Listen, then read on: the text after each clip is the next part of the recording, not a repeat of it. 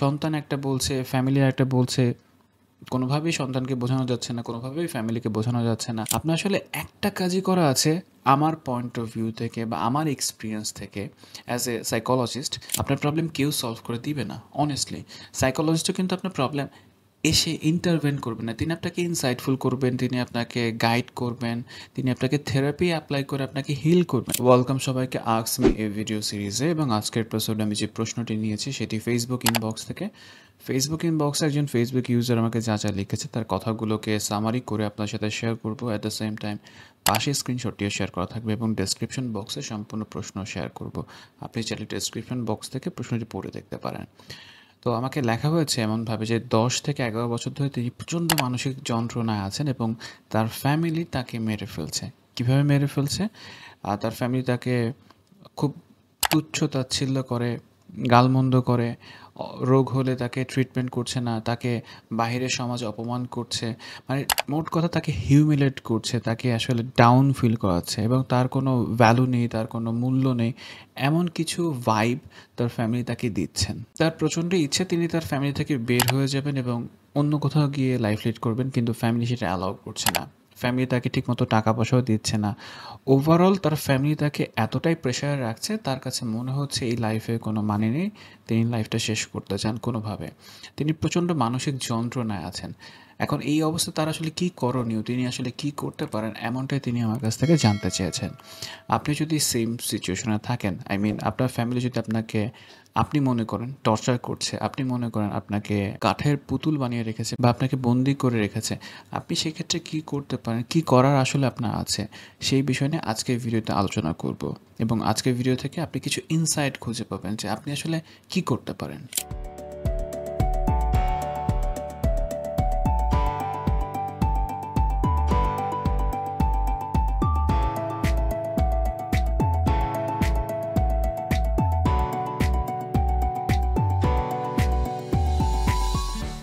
যে কোনো মানুষের জন্য ফ্যামিলি হচ্ছে তার প্রথম একটা ইনস্টিটিউট, যেখানে তিনি বড় হন, যেখান থেকে তিনি কালচার শিখেন, ম্যানার শিখেন, যেখান থেকে তিনি আসলে সোশ্যাল বিং হতে পারে।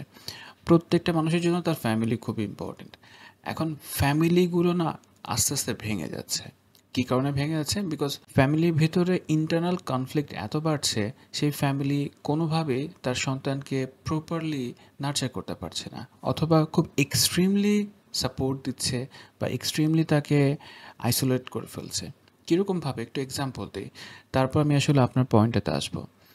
কিছু কিছু ফ্যামিলি এতটাই রক্ষণশীল থাকছেন যে আমি আমার সন্তানকে পড়াবো, লেটসে, আমি বলছি না যে সব ইনস্টিটিউট একই রকম, এমন একটা ইনস্টিটিউশনে যে ইনস্টিটিউশনে মেলামেশাটা খুবই open, open in the sense যে যেটা ওই ফ্যামিলি পছন্দ করেন না। তো ওই ফ্যামিলি আবার চায় যে রক্ষণশীলতা। তাহলে আমি কী কারণে আমার সন্তানকে ওই রকম একটা ইনস্টিটিউশনে পড়াবো?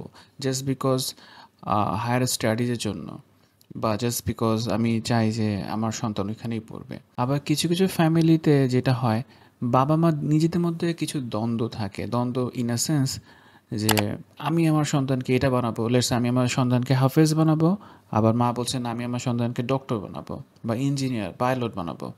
সো হাফেজ হওয়ার একটা ক্রাইটেরিয়া, ইসলামিক পড়ালেখা করতে হবে, আবার ডক্টর ইঞ্জিনিয়ার আরেক রকম পড়ালেখা করতে হবে। সো এরকম কিছু কনফ্লিক্ট আছে, বা আরও অনেক কনফ্লিক্ট আছে যা বলতে গেলে ভিডিওটা অনেক লম্বা হয়ে যাবে। সো এই যে ফ্যামিলিতে বাবা মার মধ্যে কনফ্লিক্ট, ইনলজের ফ্যামিলির ভিতরে কনফ্লিক্ট, এবং কনফ্লিক্ট থাকাটা অস্বাভাবিক কিছু না, কিন্তু কনফ্লিক্ট এতটা বৃদ্ধি পাচ্ছে বিকজ বিয়েটাকে আমরা এমনভাবে দেখছি, ফ্যামিলিটাকে ভেঙে ফেলার চেষ্টা করছি। 19 থেকে 20 হলে ডিভোর্স দিব, সেপারেশন নিয়ে যাব বা সম্পর্কে থাকবো না। এই জিনিসগুলো আসলে কনফিউশন বাড়াচ্ছে, কনফ্লিক্ট বাড়াচ্ছে, অ্যান্ড আলটিমেটলি সন্তানগুলো খুবই কষ্টে থাকছে। সেটা ফ্যামিলি থাকলেও কষ্টে থাকছে, ফ্যামিলি সেপারেটেড হয়ে গেলেও কষ্টে থাকছে। সো আমি আসলে জানি না যে আপনার ফ্যামিলি কী কারণে আপনাকে এমনভাবে টর্চার করছেন। ডেফিনেটলি আপনার ফ্যামিলি যদি আমার সাথে কথা বলতেন বা চেম্বারে আসতেন, আপনারা চেম্বারে আসতেন, আমার জন্য বোঝাটা ইজিয়ার হতো যে অ্যাকচুয়ালি সিনারিওটা কী, কী কারণে আপনার কাছে মনে হচ্ছে বা আপনি লিখছেন যে আপনাকে মেরে ফেলছে। মানে আপনার ফ্যামিলি আপনাকে কোনোভাবে কি ট্রিটমেন্ট দিচ্ছেন না, কোনোভাবে কি আপনাকে ভালো কোনো কথা বলছেন না, কোনোভাবে কি আপনার কোনো কথা শুনতে চাচ্ছেন না, সব সময় কি আপনাকে গালমন্দ করে কথা বলছেন। এই জিনিসটা একটু রিথিঙ্ক করে দেখতে পারেন। আমি অবশ্যই আপনার কথা বিশ্বাস করি বা ট্রাস্ট করি যে আপনার ফ্যামিলি হয়তো আপনাকে গালমন্দ করে কথা বলছেন, আপনার ফ্যামিলি হয়তো আপনাকে কাঠের পুতুল বানিয়ে রেখেছেন। আমি সবগুলো ওয়ার্ডগুলো বিশ্বাস করছি, আপনি যা লিখেছেন যা সত্য। কিন্তু সত্যের পাশেও একটা বিষয় থাকে সিচুয়েশন। কোন সিচুয়েশনে তিনি বলতে আপনার ফ্যামিলি এই ধরনের কাজ করছেন? তারা কি 24/7 আপনি যাই বলেন তাতেই কি আপনাকে গালমন্দ করছেন কিনা? নাকি কোনো একটা সিচুয়েশন ঘটছে, লেটস সে আপনি কিছু আবদার করছেন অ্যান্ড তখনই তারা গালমন্দ করছে। এই জায়গাটা বোঝার আছে। আমি মনে করি ফ্যামিলি যদি টক্সিক হয়, টক্সিক ইন এ সেন্স আপনাকে উঠতে বসতে কষ্ট দিচ্ছে, এটা খুবই কঠিন, এটা খুবই টাফ, এটা লাইফে অনেক বড় একটা পেইন যে আপনি আসলে কী করতে পারেন। আপনার আসলে একটা কাজই করা আছে আমার পয়েন্ট অফ ভিউ থেকে বা আমার এক্সপিরিয়েন্স থেকে অ্যাজ এ সাইকোলজিস্ট, সেটা হলো যে সামহাও আপনি ওই এডুকেশনটা নিজের ভেতরে গ্রো করেন, সামহাও আপনি ওই আর্নিংটা শুরু করেন, যে আর্নিংটা করার মাধ্যমে আপনি আপনার নিজের লাইফটাকে সামহাও চালিয়ে নিতে পারবেন, আপনি লাইফ লিড করতে পারবেন। আপনি ওইটুকু এডুকেশন কমপ্লিট করেন, আপনি ওইটুকু আর্নিং শুরু করেন। আমি জব বিজনেস কিছুই বলছি না, আমি জাস্ট বলছি আর্নিং করেন, অ্যান্ড দেন আপনি তাদেরকে সুন্দর করে বুঝিয়ে একটা সুন্দর লাইফ শুরু করতে পারেন নিজের জন্য। আমি এটা বলছি খুবই এক্সট্রিম ক্ষেত্রে যে আপনার ফ্যামিলি কোনোভাবেই এই আন্ডারস্ট্যান্ডিংয়ে আসছেন না যে আপনার একটা লাইফ আছে, আপনার একটা জীবন আছে, আপনার একটা স্বপ্ন আছে। কিন্তু আমি এটা কখনো বলি না যে একটা টিনেজার ছেলে বা মেয়ে সে বলছে আমি লিভ টুগেদার করবো বাংলাদেশের থেকে, আমি যা ইচ্ছে তাই করবো, আমার একাধিক বয়ফ্রেন্ড থাকবে, আমার একাধিক গার্লফ্রেন্ড থাকবে, আমি যা ইচ্ছে তাই করবো, বা আমি ফিউচারে সেক্স ওয়ার্কার হব, অ্যান্ড আমার ফ্যামিলি আমাকে প্রিভেন্ট করছে, ইন্টারভেন করছে। সেক্ষেত্রে আমি বলবো না যে আপনি আসলে একা থাকেন। পার্সপেক্টিভ বোঝার চেষ্টা করেন, সিচুয়েশন বোঝার চেষ্টা করেন, আপনি আসলে কোন জায়গা থেকে কী চাচ্ছেন। আপনি যদি একটা সুস্থ স্বাভাবিক জীবন চান, অ্যান্ড সেক্ষেত্রে যদি আপনার ফ্যামিলি আপনাকে প্রিভেন্ট করেন বা বাধা দেন, সেক্ষেত্রে আমি মনে করি separation is a good decision. But আপনি যদি নিজেই একটা আনহেলদি লাইফের দিকে এগিয়ে যান, অ্যান্ড আপনার ফ্যামিলি যদি আপনাকে প্রিভেন্ট করেন, অ্যান্ড আপনি বলেন আমার ফ্যামিলি টক্সিক, আমি মনে করি আপনি টক্সিক। বিকজ আপনি আসলে নিজের লাইফটাকে হেল্প করতে চাচ্ছেন, আপনার ফ্যামিলি আপনাকে সেভ করতে যাচ্ছে। তো আমার এই ভিডিও যদি এমন কোনো ফ্যামিলি কারো কাছে পৌঁছায় বা এমন কোনো পার্সনের কাছে পৌঁছে যাদের ফ্যামিলিতে এমন কনফ্লিক্ট হচ্ছে, সন্তান একটা বলছে, ফ্যামিলি একটা বলছে, কোনোভাবেই সন্তানকে বোঝানো যাচ্ছে না, কোনোভাবেই ফ্যামিলিকে বোঝানো যাচ্ছে না, দেন ইটস হাই টাইম আপনারা যে কোনো প্রফেশনালের কাছে বসেন, যারা কিনা ফ্যামিলি নিয়ে কাজ করেন, রিলেশনশিপ নিয়ে কাজ করেন, যারা সাইকোলজিস্ট, যারা এই বিষয়ে এক্সপার্ট, তাদের সাথে বসে ডিসকাস করেন।